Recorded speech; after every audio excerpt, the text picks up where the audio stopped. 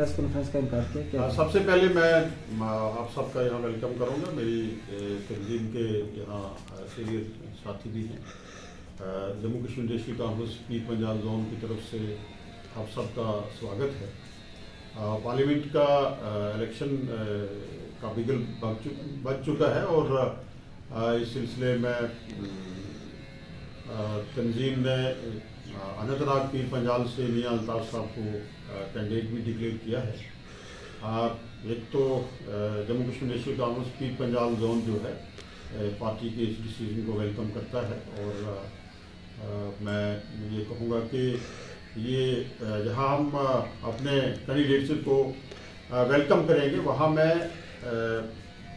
पूरे देश के लोगों को और बिलखुसूस जम्मू कश्मीर के लोगों को ये मैं गुजारिश करूँगा कि जिस जबर और तग़यान के से हम गुजर रहे हैं उसको ख़त्म करने का वाहिद टाइम जो है इस वक्त हमारे पास आ गया है कि हम जो हमारे साथ ज़्यादतियाँ हुई हैं, जो हमारे साथ बेइंसाफ़ियाँ हुई हैं, उसका बदला लेने के लिए हम एकजुट हो जाएं और जो भी इंडिया ब्लॉक के जो कैंडिडेट्स हमारे हैं, चाहे वो जम्मू से हैं या कश्मीर से हैं, और उन सब को हम यहाँ कामयाब करें। और जो भारतीय जनता पार्टी ने जो लोग इस वक्त प्रेजेंट डिस्पेंसेशन में दिल्ली में बैठे हुए हैं, जो जम्मू कश्मीर के साथ, जम्मू कश्मीर की शनाख्त के साथ उन्होंने एक मैं कहूँगा कि ज्यादती की है, उसका जवाब हमारे पास इस वक्त एक पॉलिटिकली हमें देने के लिए हम सबको तैयार होना चाहिए। और इसके साथ साथ मैं ये भी गुजारिश करूँगा कि 2024 का इलेक्शन जो है वो नहायत ही इम्पॉर्टेंट इलेक्शन है, क्योंकि आपको याद होगा कि 1952 का जो इलेक्शन था, 1952 का इलेक्शन जो था, उस वक्त इलेक्शन में रेफरेंडम कराया गया था कि क्या हिंदुस्तान के लोग इस मुल्क को डेमोक्रेटिक सेटअप देना चाहेंगे या कि एक हिंदू स्टेट बनाना चाहेंगे। तो मुझे ये फख्र से ये बात कहनी पड़ेगी कि उस वक्त के लोगों ने उस वक्त के जो हमारे बाद में प्राइम मिनिस्टर बने नेहरू जी को ये मैंडेट दिया, कांग्रेस को ये मैंडेट दिया कि आप इस मुल्क को डेमोक्रेटिक मुल्क बनाएं। और डेमोक्रेसी यहाँ बहाल हुई, यहाँ आइन की बालादस्ती रही। आज का जो इलेक्शन है वो इलेक्शन भारतीय जनता पार्टी इस मैंडेट पे लड़ रही है कि हमने आइन को बदलना है।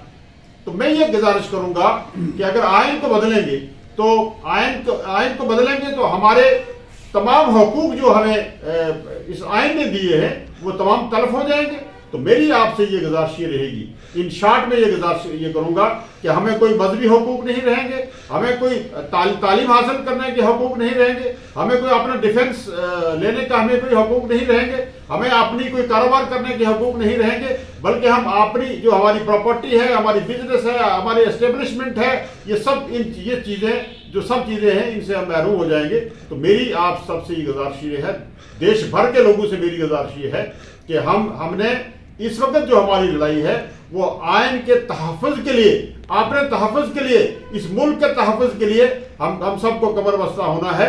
और जो पॉलिसी जो प्रोग्राम और पॉलिसी लेके जो भारतीय जनता पार्टी चल रही है कि इस मुल्क के टुकड़े करें, इस मुल्क को मजहबी बुनियादों पे तकसीम करें, इस मुल्क को इलाकाई बुनियादों पे तकसीम करें, उसका ये वाहिद हल जो है वो इस वक्त ये है कि इंडिया ब्लॉक का आप सपोर्ट करें और इंडिया ब्लॉक के सपोर्ट से ही ये मुल्क बच सकता है। आज की प्रेस कॉन्फ्रेंस का इतना ही मकसद था।